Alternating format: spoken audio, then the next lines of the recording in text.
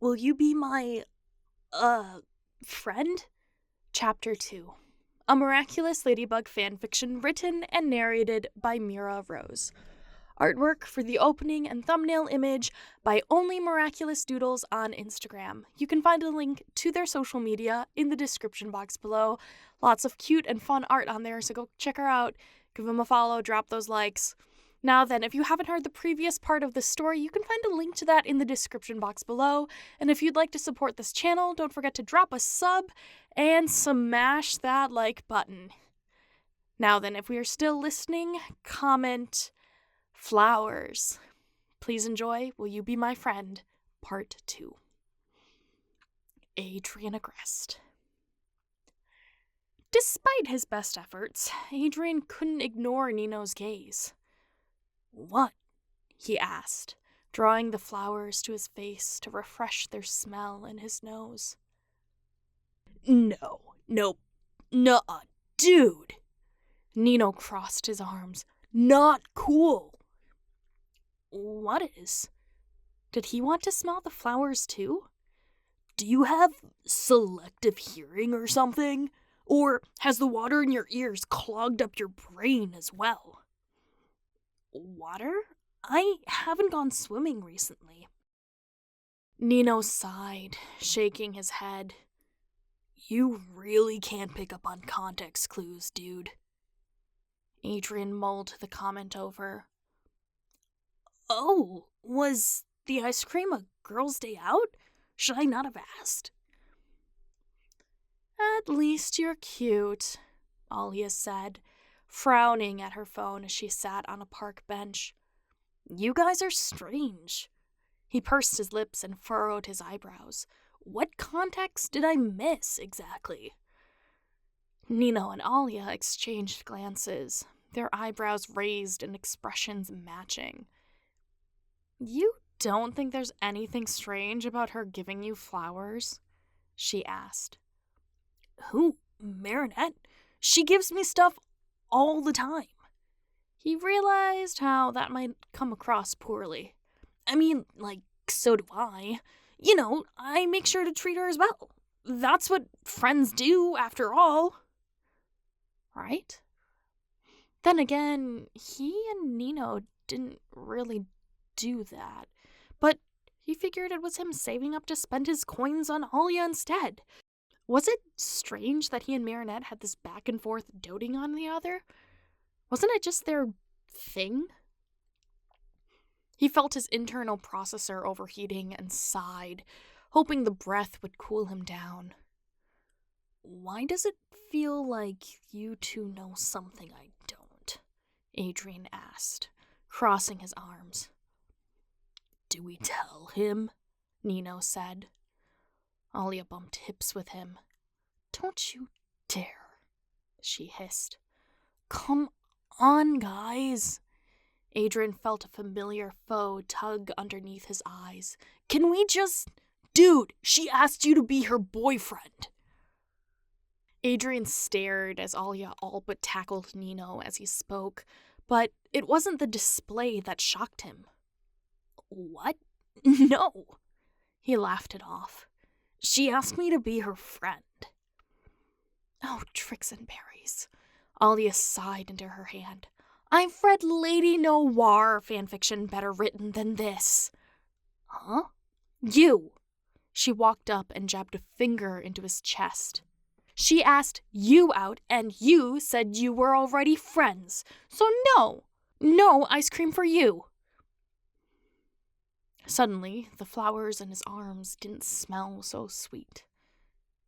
Marinette likes me? You're impossible! She put a hand on his shoulder. Yeah, for a while now. Oh. That's it? Nino called from behind her. Adrien felt a fog rolling over his brain. I'm gonna, Turning without looking, he walked straight into a garbage can as he tried to leave. Slick. Nice move, Agrest. But hey, He just told a girl he'd like to stay friends without knowing she'd confess to him. So did he really have any face to save today? But also, Marinette liked him? Since when? Adrien! Plagg groaned, popping out. The cheese store! You promised! What? Oh, yeah, sure. He kept walking, concentrating on not damaging the bouquet in his arms. Adrien, you missed it! We have to turn around! Huh? Adrien realized he was closer to home than the cheese store, and that his driver must be frantic by now. Oops. How about we get it delivered? He checked his phone and, sure enough, text after text begged him to call instead of going home without him.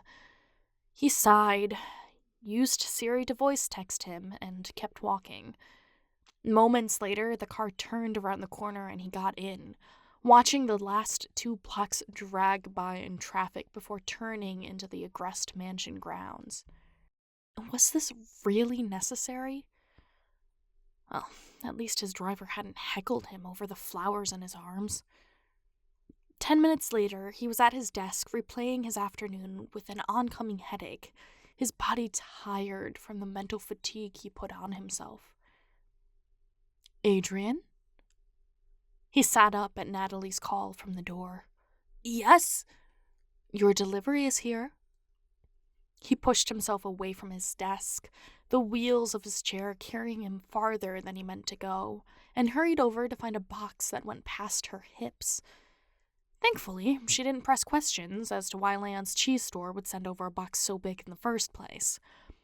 Got it, Adrien said, trying to pick it up only to find he had to throw his weight against it for it to budge. How had she gotten it up here? I've got it from here. I can see that. Natalie pushed up her glasses and turned tail on him, leaving him to huff and puff until he either got it in the room or asked for help. With no help from his Kwame, with the exception of a lightened kilo of cheese Plagg snagged once they were alone, Adrien pushed the box inside, fighting the lip in the doorway. Maybe he shouldn't have requested extra privacy for his bedroom. Then again, he was a superhero, so shouldn't he be able to move 100 kilos of cheese by himself? How had Natalie gotten it up here in the first place? You know, Adrien grunted as he threw his weight into the box. Many hands make light work. I don't have thumbs, Adrien. Plagg planted himself atop the cardboard, smirking up at him. Just for that, I'm gonna trade you in for another Kwame. What, are you giving up on your trademark Ladybug and Cat Noir because a little mouse likes you? His balance slipped and he fell into the box, tipping it over and scattering cheese into the bedroom. What? What? A Plagg, that's not... He ran a hand through his hair. Did you know too? You're denser than a block of Parmesan, kid. Okay, so he knew about it too. Was Adrien the only one who didn't know about the latest cat's meow? The rest of the afternoon didn't fare well in his favor either. He couldn't concentrate, mulling himself back to the moment where Marinette, on one knee, offered him flowers. Had she really said boyfriend? Did he have selective hearing? Even Nightfall didn't have the answers for him, and he tossed and turned until, finally, he had a response. He had a response for Marinette, but it would have to wait until his 2 a.m. inspiration passed to check if it was actually a good idea. It wouldn't be the first time he took an idea he came up with while stimming, and sometimes you have to protect yourself from your own tomfoolery. Thankfully, Adrien shut down Plagg's whining from getting up early with a literal hoard of cheese sitting next to his piano and stumbled down the street to the flower shop, careful to not get caught by the Agrest security whilst sneaking out. He transformed into Cat Noir last minute when he realized he didn't want paparazzi photos of him finding their way to Natalie or his father when he was where he shouldn't be. Taking off his mask and trudging up the stairs to the door in front of Marinette's living room, Adrien knocked, tightening his grip on the bouquet he'd gotten. She opened the door, her greeting smile tightening as she recognized him. "Adrien!" Marinette exclaimed. Hey, so, He cleared his throat and lowered himself to a knee, offering up the flowers. "Will you be my, Oh. This was hard. My, will you be my... Oh, this wasn't a good idea. Be your... Marinette's knuckles were white as she clung to the doorframe, but her still-tight expression couldn't translate in his brain. "Friend!" he burst out. Wait. No. That's not how the script was supposed to go. Her face fell with a smile still pressed. Yeah. Would you like to come in? She gestured to the living room, her movement as stiff as her smile. Ugh, Camembert. He'd outdone himself this time, hadn't he? Thanks, Marinette, he said, defeat fighting itself into his voice. This must be the universe's payback. Karma keeps receipts, and now he couldn't tell if his heart thumped in embarrassment or because of Marinette. He wasn't sure if he liked her, but he wanted to find out. But okay, fine, universe. He'd spend a day with her as a friend before figuring out what to do next. Thank you so much for listening. Part 3 is on the way. You can find the link to it in the description box once it becomes available. Thank you so much for listening once again. Go check out Only Miraculous Doodles, who did the art, and leave a comment and a like if you liked this video. If you are still listening, comment OK Universe, and don't forget to check out my Patreon to help support the channel monetarily.